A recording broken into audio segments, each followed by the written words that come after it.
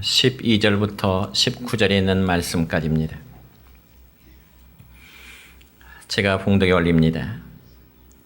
여호와를 자기 하나님으로 삼은 나라 곧 하나님의 기업으로 선택된 백성은 복이 있도다.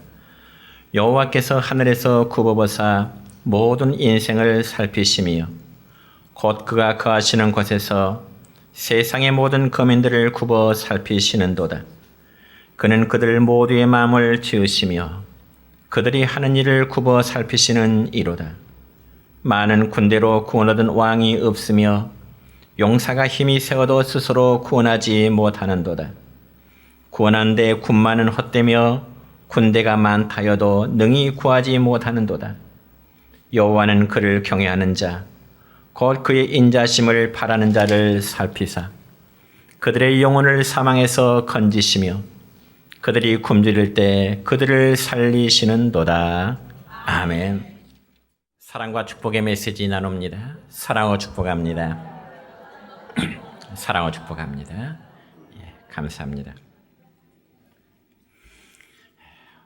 오늘은 구약 성경 시편 33편 12절로 19절에 있는 말씀을 중심해서 선택된 백성은 복이 있도다라는 제목으로 말씀을 선포하고자 합니다. 여러분, 오늘은 8월 11일이고 앞으로 사흘 후면은 8월 15일이 됩니다. 그리고 8월 15일은 우리 민족에게 있어서 정말 뜻깊은 날인데 8.15 해방절 혹은 8.15 광복절이라고도 합니다. 그래서 연세가 드신 분들은 지금으로부터 74년 전에 있었던 그 광복절의 기쁨의 감회가 아주 새로우실 것입니다. 특별히 우리나라는 1910년 한일 합방이라는 것에 의해서 일본의 나라에 우리의 모든 주권을 빼앗겨 버렸습니다. 그래서 한일 합방이란 당시 대한제국과 그리고 일본 제국 사이에 강제로 맺어진 합방입니다. 그리고 우리의 모든 주권을 빼앗아 버렸던 합방이었습니다. 그래서 우리나라에서는 한일 합방이라는 이란 말을 사용하지만은 그러나 일본에서는 일한병합이라는 이란 용어를 쓰게 됩니다. 여러분, 여기 병합이라는 말은 한자로 아우를 병자에 합할 합자를 써서 보살피면서 아우르면서 합친다, 그런 뜻입니다. 그러니까 당시 일본은 우리나라를 하나의 국가로 보지 않으려고 하는 그러한 일본의 속셈이었습니다. 그래서 몇 년 전에 일본의 간 나오토라는 이 전직 총리가 강제합방 100년을 맞이해서 담화문을 발표했는데요. 간 나오토라는 전직 총리는 이렇게 담화문을 발표했습니다. 그동안 한국 국민에게 식민지 지배가 초래한 많은 손해와 아픔에 대하여 다시 한번 통절한 반성과 마음에서 우러나오는 사죄의 심정을 표명합니다라고 하는 그러한 담화문을 발표한 적이 있습니다.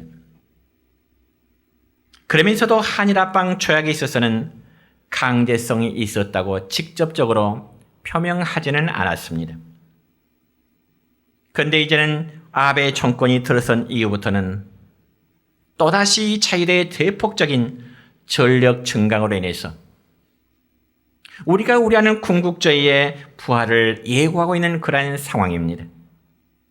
뿐만 아니라 요즘에는 우리나라를 더 이상 경제 파트너로 인정하지 않기 위해서 백색 국가에서, 즉 화이트리스트를 제외한다고 하는 그런 이제 정책을 쓰고 있습니다. 여러분, 그럴 경우 우리가 지금까지 일본으로부터 수입했던 어떤 첨단 소재의 부품이라든지 혹은 전자 그리고 통신 등 약 1,100여 가지의 품목들이 이제는 수출 규제 대상이 이제 될 것입니다. 그래서 일본은 우리나라에게 이렇게 이제는 경제 전쟁을 선포했고요. 그자 우리나라 대통령은 며칠 전 국무회의에서 모두 발언하기를 다시는 일본에게 지지 않겠다고 하는 이런 결연한 의지를 표명한 적이 있습니다.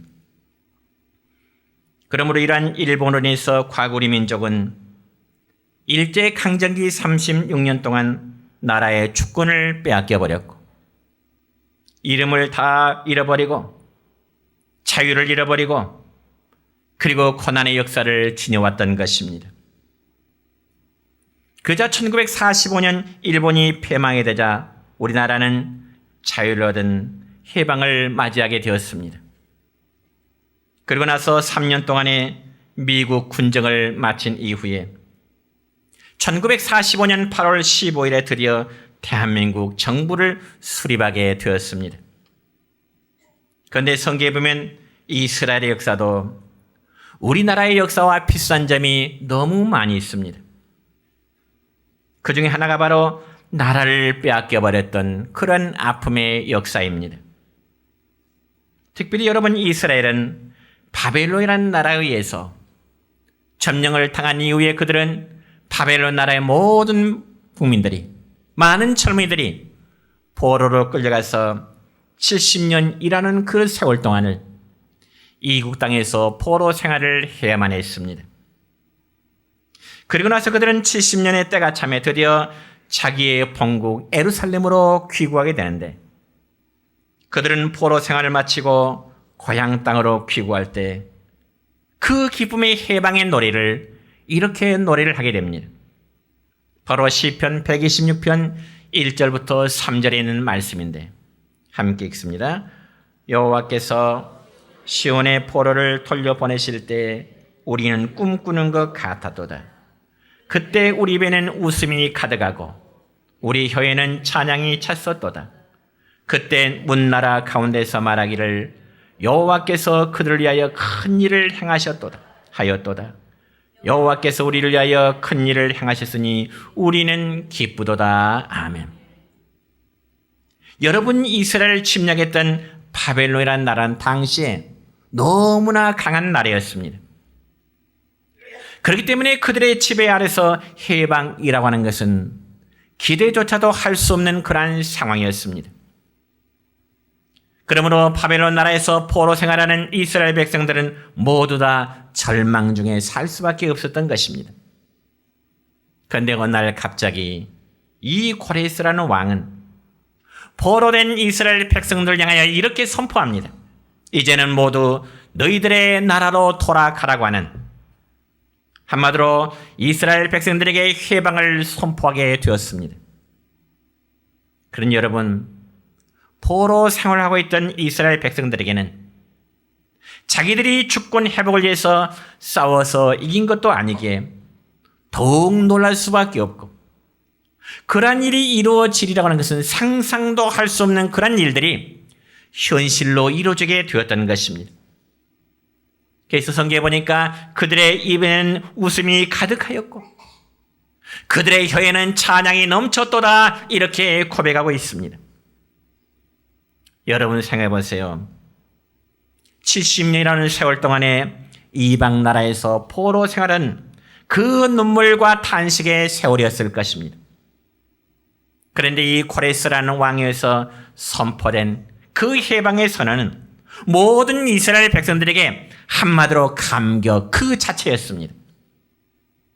그래서 시편의 기자는 자기 백성들이 포로된 상태에서 해방함을 얻는 것에 대해서 우리가 꿈을 꾸는 것 같도다, 그렇게 고백합니다. 정말 이루어질 수 없는 그 현실에서 해방의 기쁨이라는 것은 마치 꿈속을 헤매는 것 같은 그런 감격을 표현하게 된 것입니다. 여러분, 그럴 수밖에요.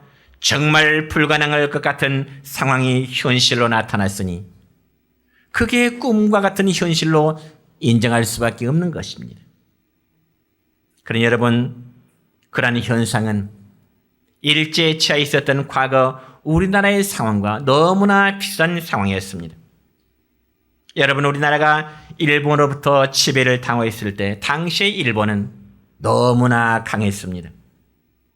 그리고 당시 일본은 저 진주만의 전투기를 띄워서 심지어는 미국을 공격하고자 했고요. 중국을 비롯한 아시아, 그리고 여러 나라들도 그들이 지배하고자 하는 무서운 야욕을 꿈꾸게 되었던 것입니다. 그런데 1945년 8월 15일 일본 천황은 미국의 전남 미주리오에서 항복 성명서를 작성하게 되었습니다. 그리고 우리 민족에는 해방을 맞게 된 것입니다. 그러니 여러분, 우리 민족에는 정말 꿈만 같은 현실이 이루어지게 된 것입니다. 아마 연세 드신 우리 성도님들에게 그 해방의 기쁨을 묻는다면 아마 꿈만 같을 것이라고 아마 역시 우리의 성도들도 그렇게 말씀하실 겁니다. 물론 그런 일은 일본 땅에 원자탄이 떨어짐으로 항복하는 그런 과정이었지만은 하나님은 이 시대의 역사를 그렇게 이끌어가게 되었던 것입니다. 이처럼 우리에게 8.15 해방은 하나님의 주신 선물임을 믿으시기를 축원합니다. 특별히 저를 포함한 우리 젊은 세대들은 광복의 기쁨을 직접 경험하지는 않았지만은 분명히 우리의 역사 속에 있었던 그 사건만큼은 잊지 않고 기억해야 될 줄로 믿습니다. 왜냐하면 똑같은 역사가 반복되지 않도록 하기 위한 것입니다. 여러분, 저 이스라엘의 수도인 예루살렘에 가보면은 야드 바심이라고 하는 그런 기념관이 있습니다. 그런데 그 야드 바심이라는 기념관은 1939년부터 1945년까지 세계, 즉 2차 대전이 끝날 때까지 독일의 히틀러에 의해서 학살당한 600만 명의 유대인들을 기억하기 위해서 기념하기 위해 세운 그런 하나의 기념관입니다. 그래서 그 추모 기념관의 이름을 야드바심이라고 했는데 그 야드바심이라는 이름의 뜻은 히브리어로 기억한다라는 뜻입니다. 기억한다. 그렇기 때문에 그 기념관에는 이런 글귀가 새겨져 있습니다. Let's forgive but let's not forget. 다시 말해서 용서는 하자. 그러나 잊지는 말자라는 뜻입니다. 용서는 하자. 그러나 잊지는 말자. 아주 의미 있는 말이죠. 그러니까 유대인들은 자기 조상들이 참혹하게 학살당한 것을 기억하고 절대로 잊지 말자는 뜻으로 야드바심이라고 하는 그 추모 기념관을 세우게 된 것입니다. 물론 그와 같은 경우는 또 우리나라에도 있죠.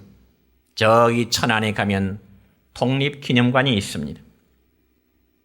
여러분 거기도 가보니까요, 일제치하에서 당했던 참혹한 상황들을 재현해 놓은 것을 볼 수 있습니다. 그리고 거기는 또한 우리 민족을 소름 끼치게 고민했던 그 고문의 도구들이 전시해 놓은 것을 아마 여러분도 한 번쯤은 보셨을 줄로 믿습니다. 여러분 어느 나라 어느 민족이든 간에 이 과거의 역사를 반드시 기억해야만 미래의 역사를 새롭게 창조해 나갈 수 있는 것입니다. 그래서 성경에 보면 이스라엘의 부모들은요, 자기 자식들에게 과거에 땅을 넓혔던 다윗 왕의 시대라든지 그리고 화려했던 저 솔로몬의 시대를 이제 그들의 시대 역사보다는 오히려 애굽 땅에서 노예로 있었던 수치스러운 그들의 역사를, 고난의 역사를 자기의 자녀들에게 가르치게 되는 것입니다. 왜냐하면 두 번 다시 그런 수치와 고난을 당하지 않도록 그의 모든 후손들에게 역사의식을 바로 세워주기 위한 것입니다. 그렇다면 과연 이 지상에는 어떤 나라 사람들이 복을 받게 될까요?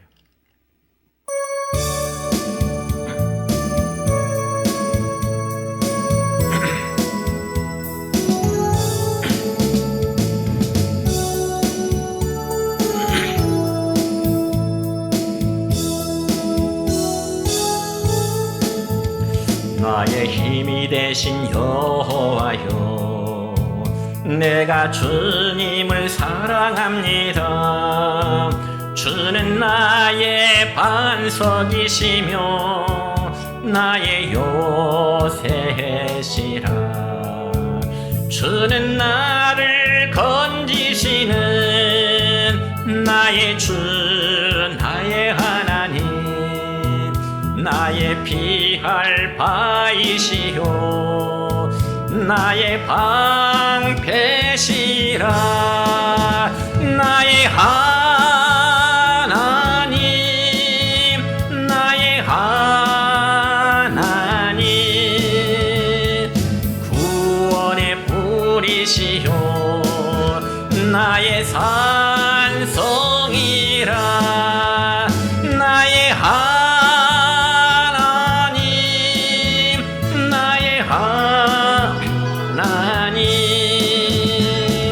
그는 나의 여호와 나의 구세주 나의 하나님 나의 하나님 그는 나의 여호와 나의 구세주 나의 생명이신 여호와여 내가 주님을 주는 나의 사랑이시며 나의 의지시라 주는 나를 이끄시어 주의 길을 인도하시며 나의 생의 목자 되시니 내가 따르리라 나의 하나님 나의 하나님 생명의 멸관으로 내게 씌우소서 나의 하나님 나의 하나님 그는 나의 여호와 나의 구세주 나의 하나님 나의 하나님 그는 나의 여호와 나의 구세주 아멘. 여러분 이 지상에는 어떤 사람들이 복을 받게 될까요? 첫째로 여호와를 자기 백성으로 삼는 나라는 백성이 복을 받게 됩니다. 오늘 본문 12절의 말씀입니다. 시작. 여호와를 자기 하나님으로 삼은 나라 곧 하나님의 기업으로 선택된 백성은 복이 있도다. 아멘. 여러분은 어떤 나라 백성이 복이 있느냐 하면은 여호와 하나님을 자기 하나님으로 삼는 나라 거기에 속한 백성이 복이 있다고 말씀하십니다. 여러분 신앙 서적 가운데 죽으면 죽으리라 혹은 죽으면 살리라고 하는 책을 쓴 안희숙 여사라는 분이 있습니다. 물론 지금은 하늘나라에 계시지만은 그분은 목회자의 아내로 즉 사모로 생을 마감하셨습니다.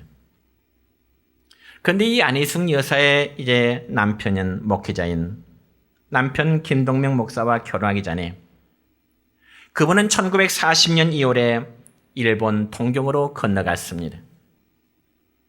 그리고 일본 정치인들을 상대로 일본의 침략 행위라든지 그리고 기독교 박해에 대해서 강력히 항의하면서 일본이라는 나라는 머지않아 반드시 하나님께서 유황불로 이 나라를 치실 것입니다.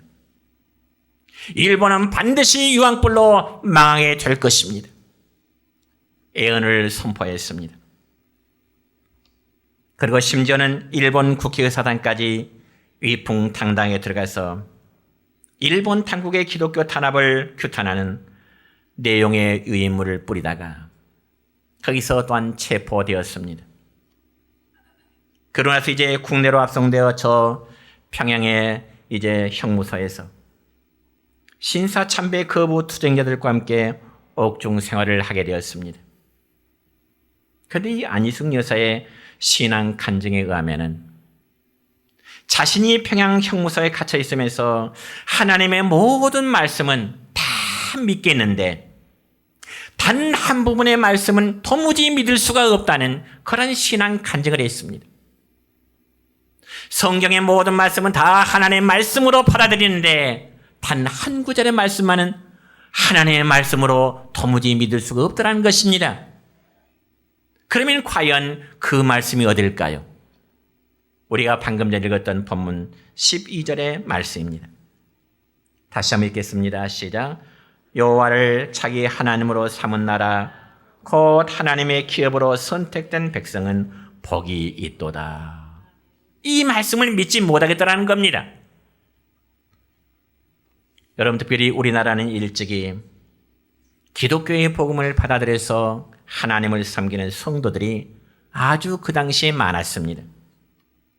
그렇다면 우리나라가 복받아 잘 살아야 되잖아요. 일찍이 기독교의 복음을 받아들였다면 이 조선 우리나라가 잘 살아야 되잖아요. 그럼에도 우리나라는 나라의 주권을 일본에게 빼앗겨 지배를 받고 있는 그 상황이었습니다. 그런 반면에 일본은 우상과 그리고 귀신을 섬기는 나라임에도 불구하고 주변의 여러 나라를 점령하는 강대국으로 부상하고 있는 그런 상황이었습니다. 그래서 안희숙 여사는 감옥에 갇혀 있으면서 하나님께 기도하기를 이렇게 기도했다고 합니다. 하나님을 섬기는 백성이 복되다고 하셨는데 어찌 우리 백성이 이처럼 고통을 받아만 됩니까? 이렇게 기도를 드렸다는 겁니다. 그렇지만 여러분, 그러한 의문의 기도는 바로 해방을 맞이할 때야 비로소 하나님 말씀은 진실하다고 하는 그러한 고백을 하기에 이르렀습니다. 여러분, 하나님을 의지하는 백성은 복된 백성입니다. 믿으십니까? 물론 복이 있다고 해서 아무런 고통 없이 우리의 삶이 만사히 형통하게 되려는 그런 의미는 결코 아닙니다. 성도들에게도 고난이 따르지만은 그러나 성도들이 당하는 고난은 결코 무익한 고난만은 아니라는 사실입니다. 특별히 우리나라는 1945년에 해방된 이후에 미 군정 정치를 3년간 했었고요. 그다 1948년 8월 15일에는 대한민국 정부가 수립이 되었습니다. 그렇지만 정부 수립 이후에 2년이 지난 1950년 6월 25일에는 동족상잔이라고 하는 전쟁이 일어나게 되었습니다. 그래서 6.25 전쟁은 이 한반도에 무려 3년 동안, 이 3년의 기간 동안에 한반도의 남북의 전쟁이 지속되었습니다. 그건 여러분 생각해 보세요. 36년 동안이라는 일제시대, 그리고 3년 동안의 미 군정시대, 그리고 정부 수립 2년 후에 또다시 3년 동안의 6.25 전쟁은 연세 드신 분이라면 다 과거에 겪었던 우리나라의 고난의 역사입니다. 그럼에도 지금 우리나라는 선진 대열에 점점 더 가까워지고 있습니다. 그러면 과연 그 이유가 무엇일까요? 정치가들이 경제 개발을 위한 정치를 잘해서일까요? 물론 그럴 수 있습니다. 그러나 이 땅에는 하나님을 여호와로 삼는 하나님의 백성들이 많이 있었기 때문을 믿으시기를 축원합니다. 이 분명한 사실을 누가 부인할 수 있겠습니까? 여러분이 잘 아실 것입니다. 여러분, 기독교의 문화가 지배하는 나라 중에 못 사는 나라 보셨습니까? 기독교의 복음이 들어간 나라치고 못 사는 나라 보셨습니까? 그럼에도 안타까운 것은요, 한때 기독교의 문화가 지배했던 저 유럽의 나라들이 점점 그러한 기독교의 문화를 배격하고 이제는 점차 세속적이고 타락적인 문화로 바뀌어져 가고 있는 실정입니다. 왜 그런 줄 아십니까? 이제는 배가 부르고 살만하니까 그렇습니다. 성도 여러분이요, 하나님을 섬기는 나라, 하나님을 참으로 섬기는 백성은 성경의 약속대로 복된 나라, 복된 민족임을 믿으시기 축원합니다. 군사력의 나라를 지탱해주는 힘 같지만은, 그리고 경제력의 나라를 지탱해주는 힘 같지만은, 아니 정보력의 나라를 지탱하는 힘 같지만은 근본적인 국가의 힘은 여호와 하나님을 의지하는 데 있음을 믿으시기 축원합니다. 두 번째로, 이제는 영원히 사망에서 건짐을 받는 백성이 복이 있습니다. 오늘 본문 19절의 말씀입니다. 시작. 그들의 영혼을 사망에서 건지시며 그들이 굶주릴 때 그들을 살리시는도다. 아멘. 여러분, 현재 우리 입장에서 보면 못 사는 나라들의 현실이 참 불쌍해 보이죠. 사실 사람들이 살아가고자 함에 있어서 가장 기본된 것은 어떤 옷보다는, 집보다는 먼저 먹는 문제 아니겠습니까? 먹는 것으로 배가 채워져야 옷도 문제고 집도 문제입니다. 근데 먹을 것이 없어서 굶주림 당하는 자들 보면 오늘 우리의 현실은 얼마나 행복한지를 모릅니다. 우리의 역사도 과거에 굶주림의 역사가 있었지 않습니까? 연로하신 우리 어르신들의 과거의 삶이 얼마나 굶주림 속에 사셨습니까? 그렇다면 이런 현실의 행복만으로 우리는 자족해도 될까요? 아닙니다. 영혼의 자유함을 얻지 못하고 살아가는 삶에는 절대로 복이라고 말할 수가 없는 것입니다. 그래서 성경에서 말씀하고 있는 바 참된 복은 영혼이 사망에서 건지움 받는 것을 참된 복이라 믿으시기 축원합니다. 다시 말씀드려서 우리가 예수님 믿음으로 영혼이 구원받음이 복 중에 복이다, 그 말입니다. 그래서 하나님은 과거 이스라엘 백성들로 하여금 과거의 역사를 잊지 말도록 하셨는데, 이는 단순히 나라를 잃어버렸다가 다시금 되찾았다는 의미가 아니라 억눌림과 자유의 의미가 어떤 것임을 보여주기 위한 것입니다. 여러분, 과거 이스라엘 백성들은 애굽 땅에서 430년 동안 종된 생활을 했고요. 그리고 바벨론에서 페르시아에 이르기까지 70년 동안의 포로 생활을 했습니다. 그리고 마지막 영국의 지배로부터 벗어나기까지 이스라엘의 역사는 무려 2000년의 세월 동안에 나라를 잃어버린 떠돌이의 삶을 살았습니다. 그런데 이처럼 여러분, 이스라엘 백성들이 나라를 잃어버린 2000년의 세월 동안에도 잃어버리지 아니하는 민족의 사상이 하나 있었습니다. 그게 무엇인 줄 아십니까? 그것은 바로 언젠가는 무너진 예루살렘이 다시금 회복되리라고 하는 그런 사상이었습니다.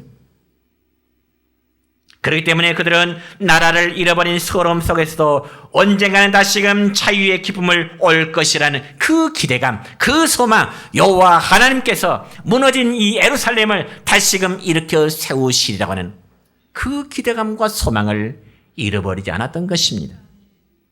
여러분, 소망 없이 살아가는 국가, 소망 없이 살아가는 민족, 소망 없이 살아가는 개인, 참으로 불쌍한 것입니다.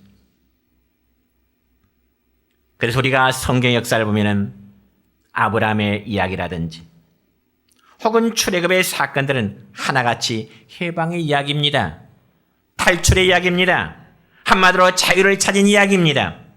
그래서 여러분, 출애굽의 사건은 단순히 이스라엘 민족이 애굽 나라로부터 종된 생활을 청산했다는 것 외에도 더 중요한 의미가 있습니다. 그게 뭐냐?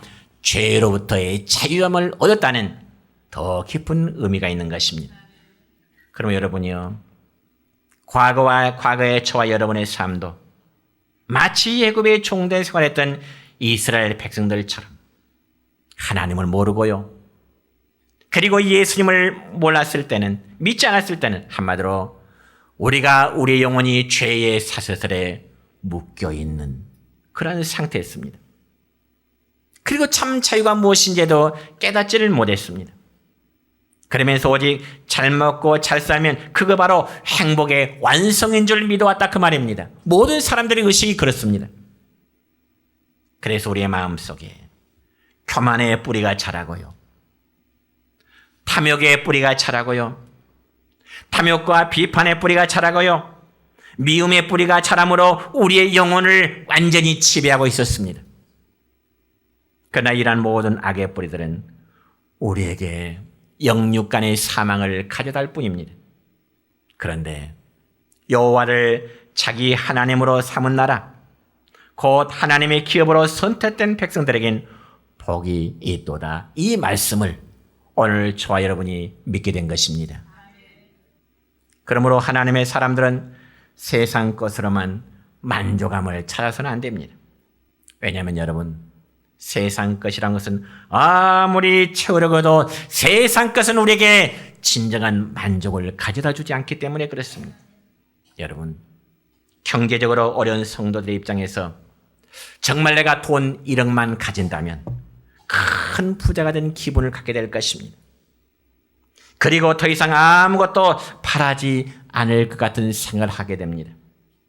그러나 막상 경제적으로 어려운 분이 돈 1억을 손에 쥐게 되면 그것으로 만족하는 것이 아니라 더 많은 액수에 대한 기대를 또 갖게 되는 것입니다. 이처럼 세상적인 것은 채워도 만족함이 없습니다. 그러나 우리의 영혼이 사망에서 건짐을 받았다는 사실은 더 이상 그 무엇을 기대할 필요가 없는 것입니다. 그러므로 영혼의 건짐을 받았다는 사실을 확신을 가진 성도는 비록 우리의 삶에 부족함이 있어도 그저 감사할 수 있는 것입니다. 이게 바로 복이 아니겠습니까? 이제 말씀했습니다. 저는 이 시간 선택된 백성은 복이 있도다. 이란 제목으로 말씀을 선포했습니다. 여호와를 자기 하나님을 삼나라 복이 있고요.